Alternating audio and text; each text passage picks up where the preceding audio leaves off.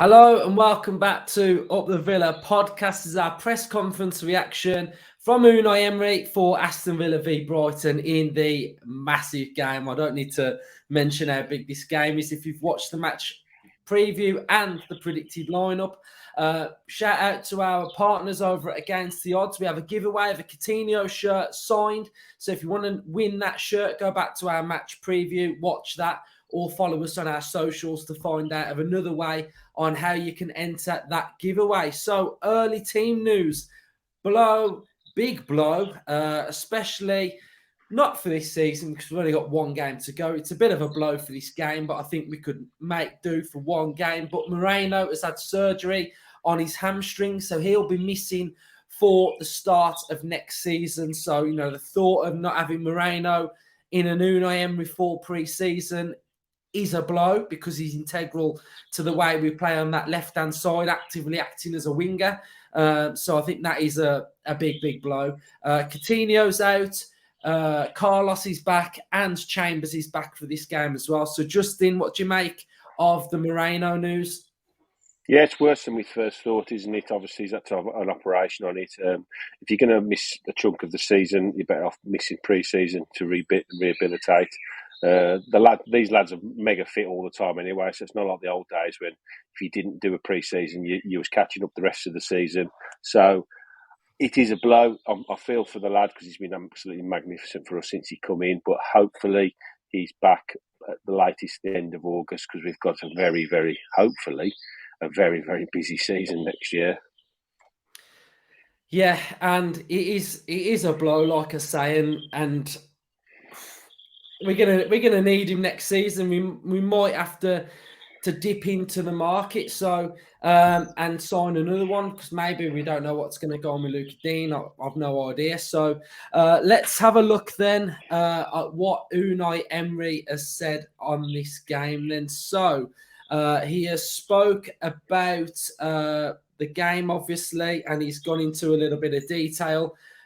So let's just have a look at what UNAI EMERY has said then. So on preparations for Sunday, he said, we have the most important match, but we are trying to prepare like the last matches we played, enjoying the way, enjoying the process. So it's one of them, and it's like I was listening to TalkSport actually this morning, and they were talking about the playoff final, and they had the Luton manager on, and he was like, are you preparing any differently because it's such a massive game? And he was like, well, we have to a little bit because we know it's a big game and we know there's a lot riding on it. But I remember when Dino got in that position and he was sort of saying like, it's just we've got to approach it like any other game. And I think Emery's going down that any other game route, isn't he? I think he's sort of saying that we go about things however we normally do it.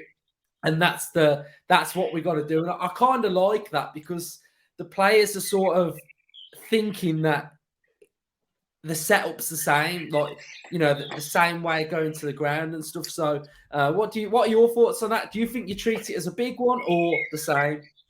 I mean, the players won't need reminding what's at stake for this game on Sunday and what, the carrot at the end of it dangling if they win the game. Hopefully they will. So I think as that goes, I don't think they'll be overly talking about I think they'll just be professional as Emery is anyway. I mean, it won't be any different for him as far as match preparation goes because he's mega prepared for every game, isn't he? So I think when it comes to tactical side of it and sitting down with the players and going over what he expects of them in the game, I don't think anything changes really. As far as dealing with the nerves and the extra, worry, I suppose, about this game because the magnitude potentially of it. I think they'll just sit down as a group and talk it through and realise that they've got a magnificent opportunity which has been gained from their fantastic form this season. They've got themselves in this position, so one more game and hopefully we'll be in a great position. So I think he'll just attack it as he does every single game. Yeah, and talking about the coach journey to the stadium, Villa have put out a tweet that they are actively wanting fans to arrive at 3:00 for the game so that they can welcome the players on the coach into Villa Park, which I think is absolutely massive. it improves the atmosphere. So I think fair play to you if you want to go ahead and do so. Emery on Brighton, he said that we played a friendly against them at Seville, against Chris Hughton, and also with Arsenal. I followed them with Potter and De Zerbi. They are different coaches, different styles, different players, but they are improving a lot. He's also gone on to mention about Brighton that they are playing amazing football. Their structure tactically is very, very strong.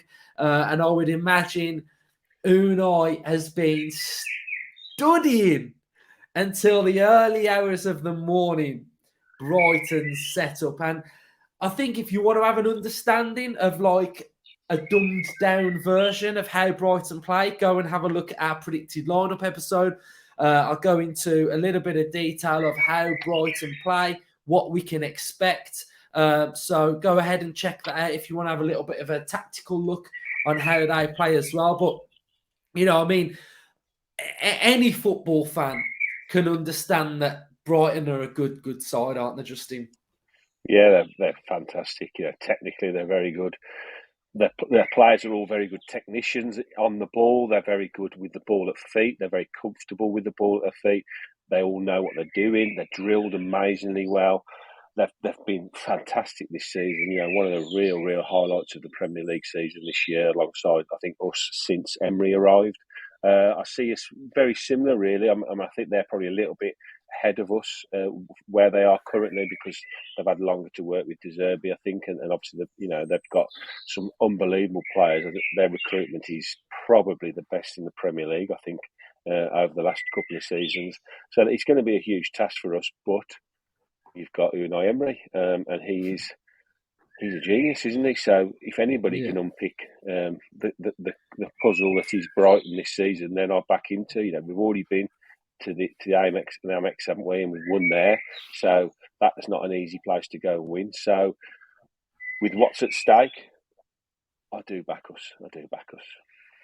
Me too. We just want to see, like I said against Liverpool, really, no regrets.